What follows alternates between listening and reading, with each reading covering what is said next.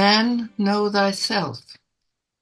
Never forget that the universe is a single living organism possessed of one substance and one soul, holding all things suspended in a single consciousness and creating all things with a single purpose that they might work together, spinning and weaving and knotting whatever comes to pass.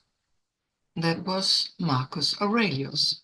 Friends, I feel deeply honored to speak to you on behalf of the board of ITC and give the keynote lecture at this year's conference on Man, Know Thyself. We have worked on its main ideas during several board meetings. I'm thus trying to give you not only my own lines of ideas, drawn from the age-old wisdom, but those of the entire board of directors. Hopefully, they all agree with what I made of it. Of course, it is impossible to give a complete outline of this very deep subject, central in any human being's life. But we will dive into it more deeply during the next days.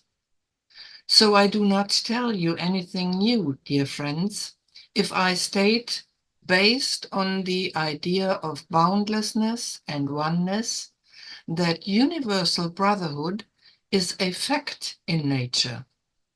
You will understand this thought from the following ideas.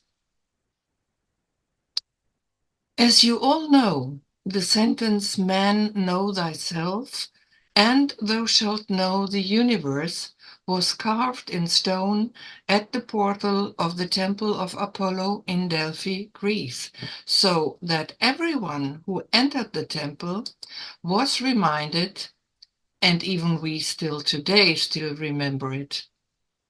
It was so important that it marked the entrance to the Holy of Holies of one of the most important sacred places in Greece of ancient times. If we look around us today, the question, who am I, seemingly lost its significance, and whenever it is asked nowadays, it is not answered adequately. At best, reference is made to our personality, name, profession, gender, or other external characteristics. My name is such and such, my profession is such and such, I'm German, Italian, Brazilian, and so on. Is that me? Should we perhaps better ask, what am I? Remember, the sentence goes, know thyself and thou shalt know the universe. There is in fact much more than just knowing our own personality. 3 questions arise from these thoughts. What is man? What is that self which we should know? And what is our relationship to the universe? Only when we know who or what we are, do we have a good starting point for our lives, because only then can we truly recognize the meaning of life and align ourselves with it.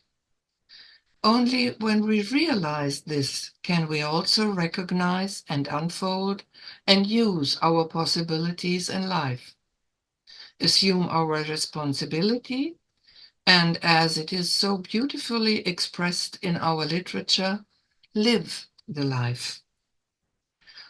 Where does man come from?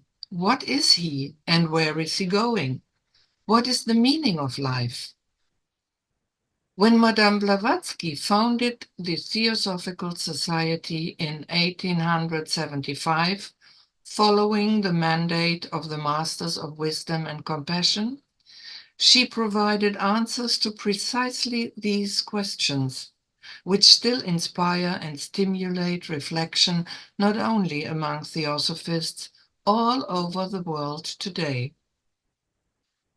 The sound basis from which these questions should be considered was given to us in the prologue of the Secret Doctrine, and you all know these passages, so I will make it short. The Secret Doctrine establishes three fundamental propositions. An omnipresent, eternal, boundless, and immutable principle, that there's one absolute reality which antecedes all manifested conditioned being. This infinite and eternal cause is the rootless root of all what is, what was, is, or even shall be. It is of course devoid of all attributes and is essentially without any relation to manifested finite being. It is beingness rather than being, in Sanskrit sat, and is beyond all thought or speculation. It is the first logos, unexplainable, unexplained, the abstract idea behind everything, the Tao of the Taoists, which can only be described a negation. The Tao which can be named is not the eternal Tao. Then the second logos, eternal motion. In the second proposition she describes the eternity of the universe in toto as a boundless plane, periodically the playground of numberless universes, incessantly manifesting and disappearing, called the manifesting stars and the sparks of eternity. Within the third logos, then, which is the fundamental unity of every soul with a universal oversoul, as above so below, emanation starts, and the Secret Doctrine is then talking about the eternal pilgrim. Pilgrim is the appellation given to our monad, the two in one, during its cycle of incarnations. It is the spark of eternity, emanating from the immortal and eternal principle, being an indivisible part of the integral whole, the universal spirit from which it emanates and into which it is absorbed at the end of the cycle. Every being, from the tiniest firefly to the sun, the galaxy and beyond, is periodically manifesting and disappearing in this boundlessness. Thus is the background the source of all manifestation, our home, where we live and have our being. We, that is each one of us, as well as humanity as a whole, are sparks of eternity, monads, rays of infinity, vortexes in the ocean of life itself.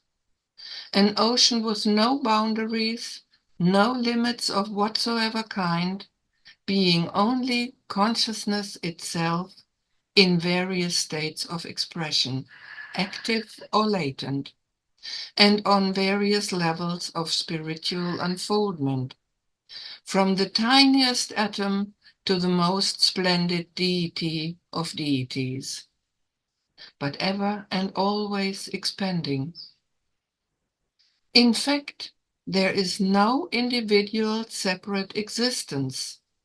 Everything, every being has all potentialities of that omnipresent, eternal, boundless, and immutable principle.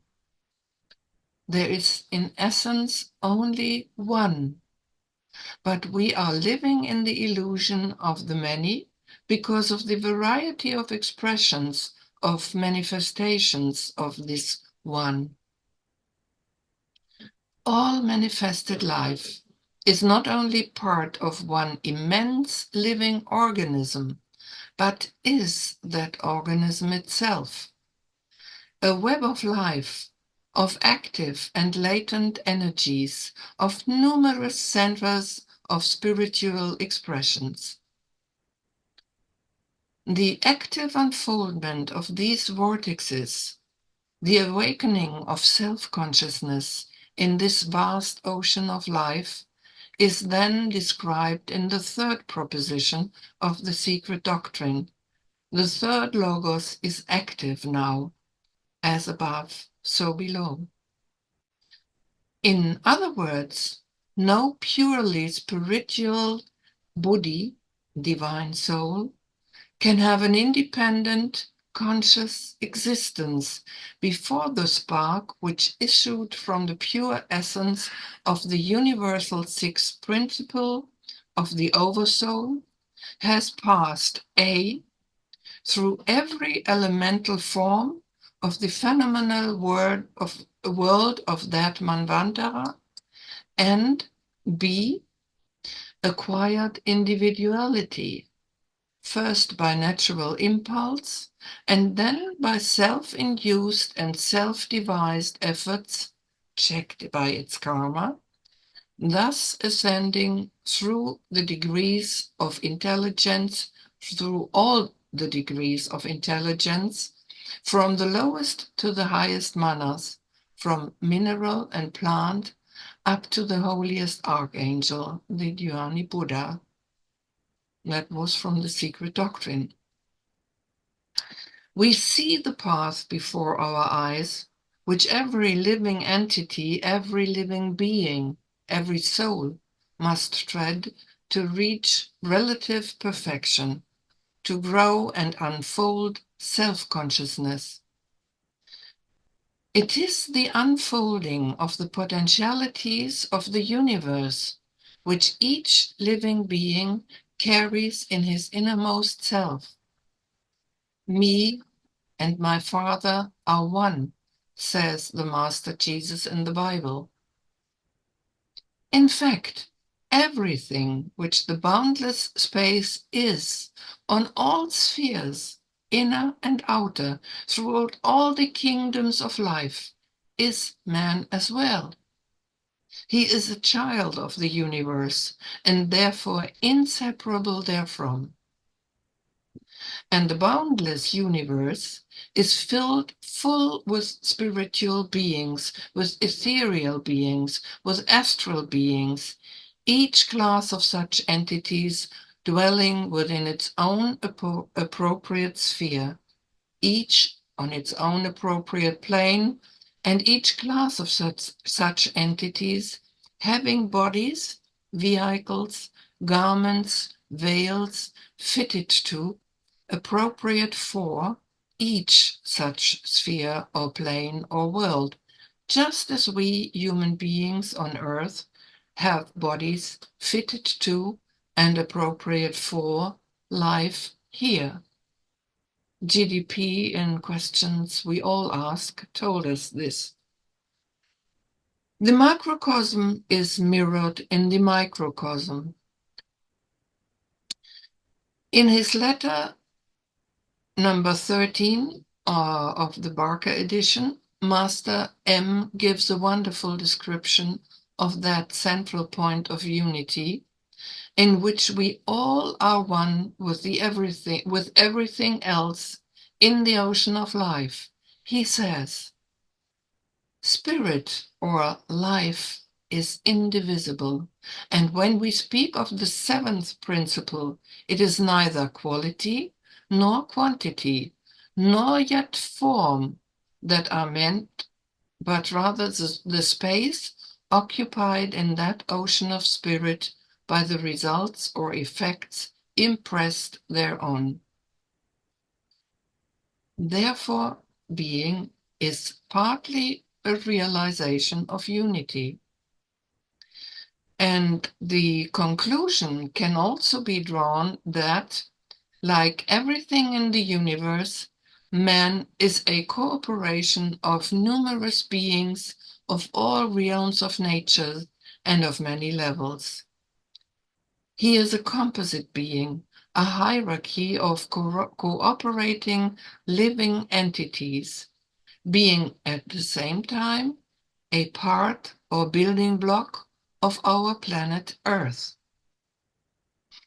Our relationship between our planet Earth and the different realms of nature is given by the Master KH in the Mahatma Letters number 15, also the Barker edition.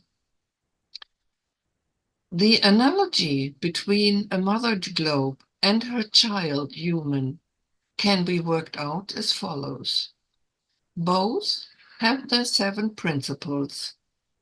In the globe, in the sphere, the elementals, of which there are 7 types in total, form A, a gross body, B, its fluidic double, the Linga Shariram, C, its life principle, that's Jiva, D, its 4th principle, Kamarupa, is formed by its creative impulse, which acts from the center to the periphery.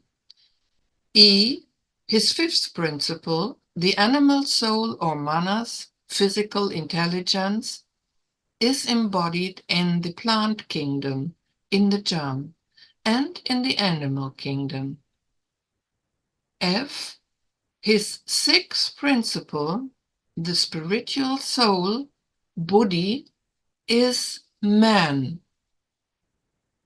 And his 7th principle, Atma, is found in a fine layer of spiritualized akasha that surrounds him.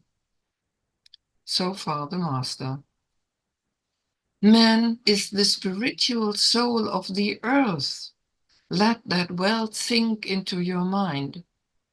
We, humanity, should function as a carrier of Buddhi, the spiritual or mental principles of the sphere.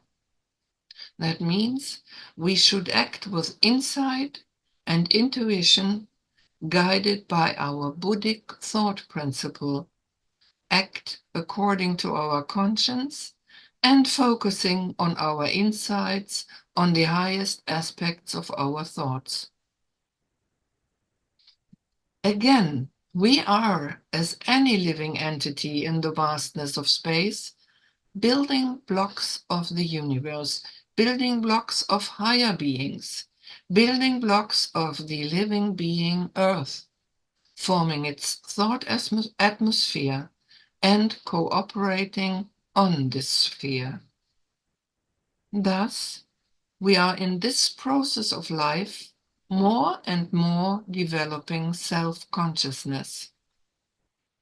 Let us first have a look to the diagram which is known to most of us and which we have used already at a former ITC to illustrate the idea of the composite human being. It shows the perishable and the relatively imperishable part, the I am I, the I am, the I am I, and the vehicle part of the human being with its Sanskrit names. The hierarchy starting with Atman down to the physical vehicle. The 7 principles at each level are knowable according to the level, as the 7 tones in each octave have their place, as each musical instrument makes them sound corresponding to the character of the instrument.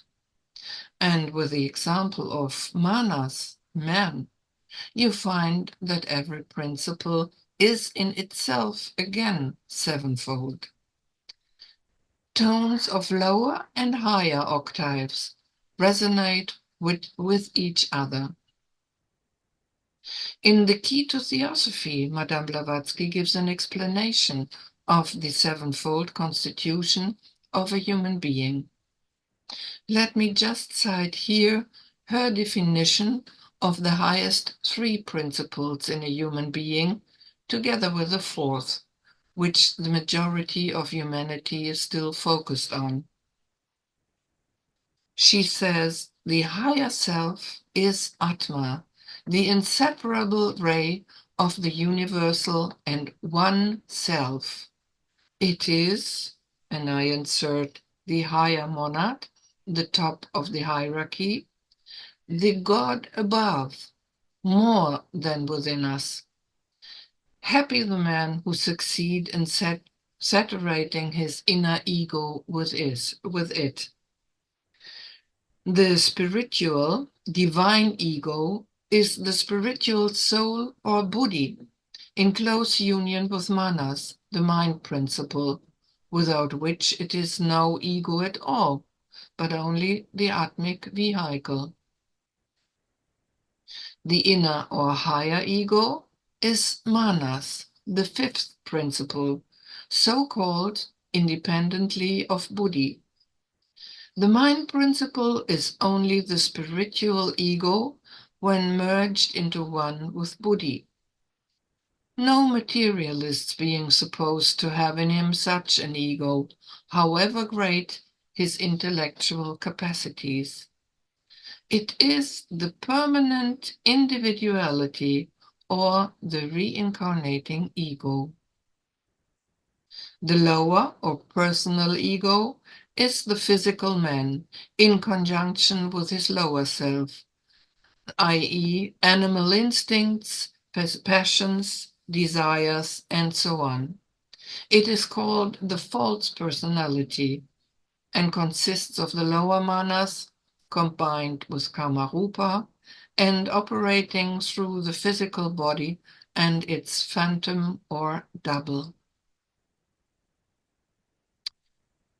A helpful diagram to understand the spheres of actions of the hierarchy of cooperating monads with monads, which clarifies where the human monad is placed, is the so-called egg diagram, which Gottfried de Purucker, fourth leader of the Theosophical Society Point Loma, gave in his Fundamentals of the Esoteric Philosophy. It shows 7 levels of consciousness, 7 spheres, each monad on its sphere containing all 7 principles, partly latent, partly active as well. Depending on the level of expression of the monad. On the right side, we see the consciousness side, the ego side, and on the left side we find the envelopes or souls or vehicles by which this consciousness is manifesting. According to its progressive densification on each of the lower realms, the centers or focuses of activity are given darker color, descending from above to the densest physical sphere. Lower and higher are of course only a way of speaking, because those realms should be imagined as interpenetrating and interwoven globes. For me, this is so special because it helps to understand the interconnectedness of the myriads of monads in the universe, in the micro and the macrocosm. You see there 7 spheres, layers of unfoldment of consciousness, the stages or conditions of beings or consciousnesses on different levels, composed always of a spirit side, advanced monads, and a matter side, less advanced monads. There is no fundamental difference between these two sides. All monads are only in different phases of expressing their infinite qualities, and this is called evolution. How does this work?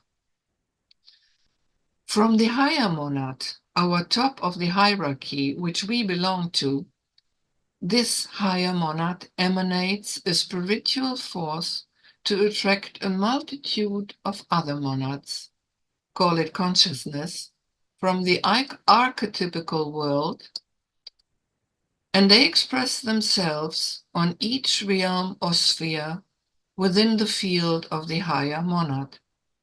They roll out a veil or sphere or world on each realm, with a spiritual, an ego side, and a matter or vehicle or soul side. And on each of those spheres, there is activity of the inhabitants, cooperating monads of those spheres, which they themselves perceive either unconsciously on the lower realms or consciously from manas upwards. As much as self-consciousness is unfolded, always greater realms of life can be perceived. We are the ego side or the soul side, depending on our level of consciousness alone. Sudratman is that stream of consciousness which is expressing itself through the cooperation of beings on those various realms, forming their focal points from which the next realm or level below emanates. Therefore, there is activity on all realms, but consciously active now on the human one. Thus, we are many and we are one, developing now self-consciousness, mostly focusing and therefore living on the fourth plane of our sevenfold constitution, striving upwards, always higher and higher. First, to become human beings in the real sense of the word, and then more and more, cycle by cycle, consciously developing from the manasic to the Buddhic sphere.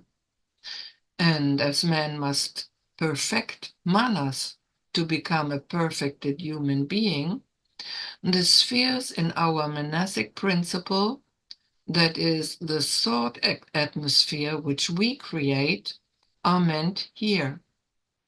And developing means, of course, being. We only develop what we express in our lives. So we have to be what we are. The grade of spirituality a being can express determines how much it expresses of the infinite and how wisely it can help its fellow beings. It is our task to uplift the lower parts of our constitution, because that is our responsibility towards the lesser developed beings which cooperate with us in our constitution, and also our responsibility towards the greater hierarchies ahead from us. Think of the building blocks I already talked about. History has given us so many examples of the way a human being can, by knowing himself, fulfill his duties for the sake of harmony and uplifting of all beings.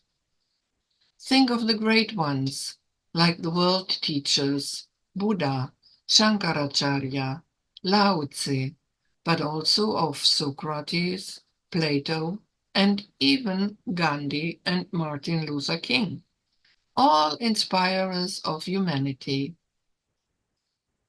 Their examples show us what our potentialities as human beings are. Knowing more about what we are provides the basis for a way of living that leads to harmony for the sake of all. That means if we understand what we are, we find the answer to all life questions.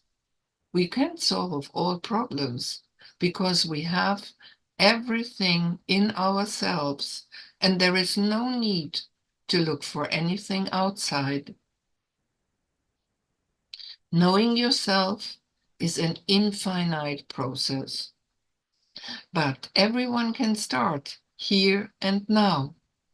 And as everything is interconnected, there is always help. The lodge of wisdom and compassion is always there to inspire and guide us. Conclusion. What is the point of knowing yourselves? What could or should be our motivation? You can get to the source of all problems and solve them. You can consciously serve others and all life and contribute to harmony in the world. And how do we do that? We will all together work on that during the coming days in the talks, and most of all by communications in the workshops.